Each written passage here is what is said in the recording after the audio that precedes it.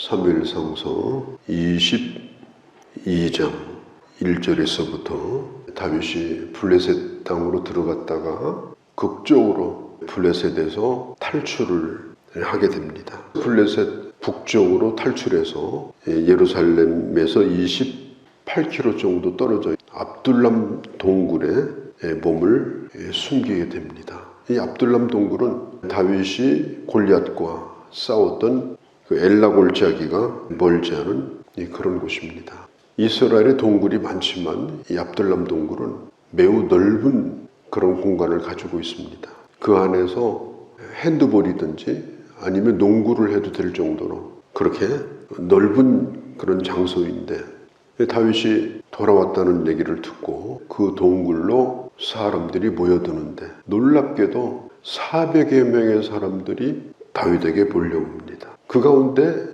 오늘 1절에 보면은 다윗의 형제와 다윗의 아버지도 다윗에게 찾아옵니다. 그들이 결의를 해가지고 다윗을 우두머리로 삼습니다. 숫자가 무려 400명이에요. 사울이 다윗의 가족이라는 이유 때문에 보복을 할까 봐서 두려워가지고 지금 다윗에게로 피해서 오게 된 겁니다. 사실 다윗이 왕으로 기름을 부을 때도 그렇게 기뻐하며 축복해 준 사람도 아니고 자기들이 왕이 될 거라고 생각했던 그런 사람들이고 다윗이 골리앗을 물리칠 때도 다윗을 조롱하고 비아냥거리고 인정도 안 해주던 그런 형제들이고 그 아버지도 마찬가지예요. 다윗 혼자 저 들판에다가 양을 치도록 내보냈던 그런 아버지인데 이제 두려우니까 다윗에게 찾아온 거예요. 그리고 다른 사람들은 그때 당시 주로 이제 압박을 받고 있는 사람들, 빚을 많이 져가지고 빚을 못 갚는 사람들, 원통한 사람들, 이런 사람들이 다윗에게 모여서 다윗을 지도자로 우두머리라고 했죠. 이 말은 내가 당신 하는 일에 충성하겠다.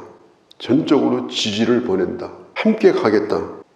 이런 결의를 하게 된 거예요. 다윗이 이 압둘람 동굴에 혼자 덩그머니 앉아 있었다면 참 갈 곳이 어디 있겠습니까?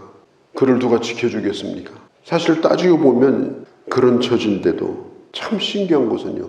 다윗에게 와야 안전하다. 왜 사람들이 그런 생각을 했을까요? 다윗이 혼자인데도 다윗과 함께 해야 안전하다. 아주 중요한 것은 사람들은 하나님이 다윗 편이라는 걸 알고 있었어요. 하나님이 다윗과 함께 하신다. 악신에 들려가지고 다윗을 죽이러 쫓아다니는 사울을 백성들은 인정도 하지 않고 존경도 하지 않았습니다. 보복하려고 하고 죽이려고 하고 그런 일에 혈안이 되어 있는 이런 사람을 백성들은 누구도 존경하지 않았어요. 다윗은 비록 홀로였지만 백성들은 그를 따랐고 하나님이 그를 쓰실 거라고 하는 기대를 갖고 있었어요. 소망을 갖고 있었어요. 다윗은 그를 찾아온 사람들을 위로합니다. 영적으로 회복을 시킵니다. 싸울 만한 사람들은 또 훈련도 시킵니다. 이 사람들이 장차 나라의 왕이 될 때 이제 일꾼이 될 사람들이에요. 다윗은 도망하는 생활을 지금 하고 있지만 그러나 하나님이 함께 하시고 충성스러운 사람들이 지금 몇백 명이 지금 함께하고 있습니다. 그런데 다윗이 이제 걱정한 게 뭐냐면은 그 나이 먹은 그의 부모였습니다. 23절에 나의 부모가 나와서 당신들과 함께 하기를 청하나이다. 다윗이 모압을 찾아갑니다. 그런데 왜 다윗이 모압을 찾아갔을까? 다윗의 증조모 그 할머니가 누군가 하면 룻기의 주인공인 룻입니다. 보아스의 아내. 그 룻이 누군가 하면 이스라엘 사람이 아니고 모압에서 건너온 여인이에요. 그게 이 다윗의 할머니입니다. 그래서 다윗은 모압에 찾아가서 그런 얘기를 했을 거예요. 모압은 우리하고 남이 아니고 또 이런 관계를 가지고 있다. 자기 부모를 좀 지켜달라. 내가 상황이 안 좋으니까 좀 도와달라. 그런데 모압 왕이 뜻밖에도 청을 받아들여가지고 이 다윗의 부모를 보호를 해줘요. 저는 이걸 보면서 하나님의 이 섭리는 참 놀랍다 하는 겁니다. 사사기 시대입니다. 그것도 사사기 말기 시대예요. 이게 다윗의 때로부터 그렇게 멀지 않을 때입니다. 그런데 그때 모압 여자인 롯이 이스라엘 땅에 들어왔고 또 다윗의 조상이 되고 이렇게 어려울 때에 이 다윗을 보호해주는 역할을 하고 있는 것을 보면서 이 하나님의 섭리는 참 놀랍다. 하나님이 어떤 일을 해나가시는 하나님의 방법, 하나님의 지혜는 내가 상상할 수 없는 그런 깊은 뜻을 가지고 계시다. 이런 일을 보면서 우리도 마찬가지라고 생각을 합니다. 오늘 내게 일어나는 일들이 장차 어떻게 쓰여질까? 우리는 그걸 잘 몰라요. 거기에도 하나님의 섭리가 있을 겁니다. 내가 오늘 겪는 일들 가운데도 하나님의 그 놀라운 섭리와 지혜가 있어요. 어떤 거든지 누구를 원망한다든지 누구를 탓하든지 이것보다는 하나님의 뜻을 바라보면서 언젠가는 하나님의 뜻을 나도 알겠지. 하나님이 이 일을 통해서 하나님의 일을 이루시겠지. 이런 기대를 가지고 우리는 어떤 상황이든지 하나님의 사람으로 사는 것, 이게 중요합니다. 이 다윗이 자기 부모를 의탁하면서 모압 왕에게 아주 분명히 하는 얘기가 있습니다. 그것이 뭐냐면 하나님의 뜻이 있어서 내가 부모를 모시러 올 때가 되면 내가 모시러 오겠다. 언제인지는 모르겠는데 그것도 하나님이 아실 거다. 왜냐하면 다윗도 자기를 따르는 사람들이 있지만 지금 기약을 할 수가 없는 그런 상황이에요. 자, 이런 상황 가운데 있는데 그때 하나님이 갓이라고 하는 선지자를 보내주셔요. 이 사람은 뜻밖에 나타난 사람입니다. 그동안에 이 다윗에게 영적으로 영향을 끼친 사람은 사무엘이에요.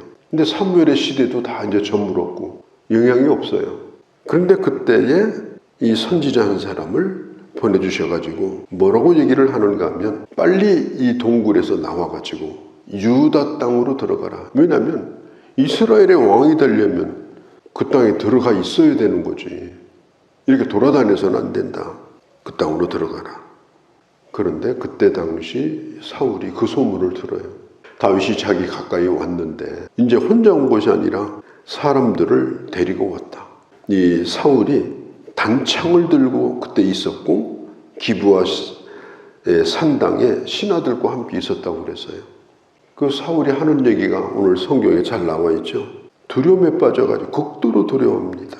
그러면서 뭐라고 얘기를 하는가 하면 왜 백성들은 나를 싫어하고 그리고 다윗을 지지하느냐. 왜 베냐민 지파, 사울이 베냐민 지파잖아요. 베냐민 지파에게 관직도 주고 재산도 주고 특별히 그렇게 관리를 했는데도 왜 우리 지파도 다윗에게 따라가냐. 도대체 다윗이 뭐냐. 그래서 분통을 신하들에게 터뜨립니다. 신하들에게 또 의심을 해요.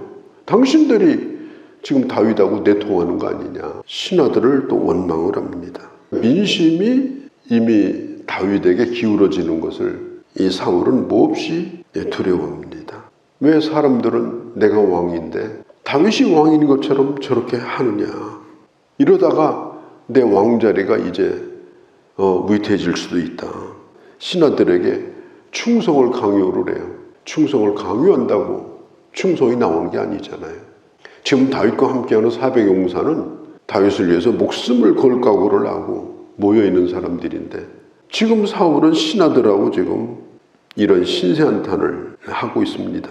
8절에 보니까 내 아들과 이세의 아들이 이렇게 작당을 했는데도 누구 하나 당신들 신하들은 나한테 그런 거 가르쳐주지도 않고 나를 죽이려고 했는데도 알려주지도 않고 지금 이러고 있다. 자, 5절에 선지자 갓이 다윗에게 이르되 요새에 있지 말고 유다 땅으로 들어가라. 다윗이 떠나 헤렛 수풀에 이르니라. 여기서 중요한 점 한 가지가 있습니다. 사울은 하나님의 음성을 들으려고 그렇게 애를 썼는데도 들려주시지 않았어요.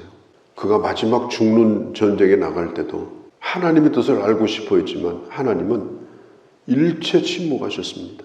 그래서 나중에 무당을 찾아갔어요. 하나님의 심판이 뭐냐? 하나님이 말씀하시지 않는 겁니다.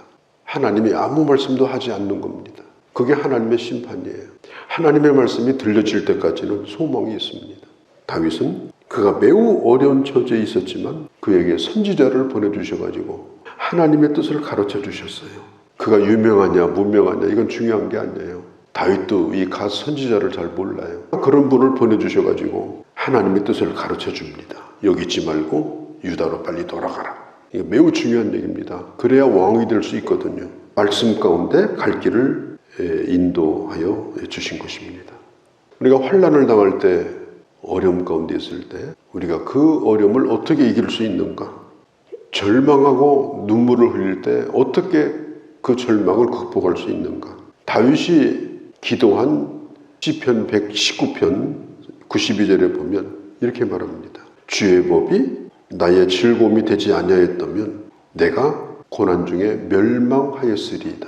내가 가장 어렵고 힘든 시기에 하나님의 말씀이 내게 들려지지 않았다면 나는 절망 중에 망했을 것이다. 우리가 고난을 이기는 것은 하나님의 말씀을 듣는 겁니다.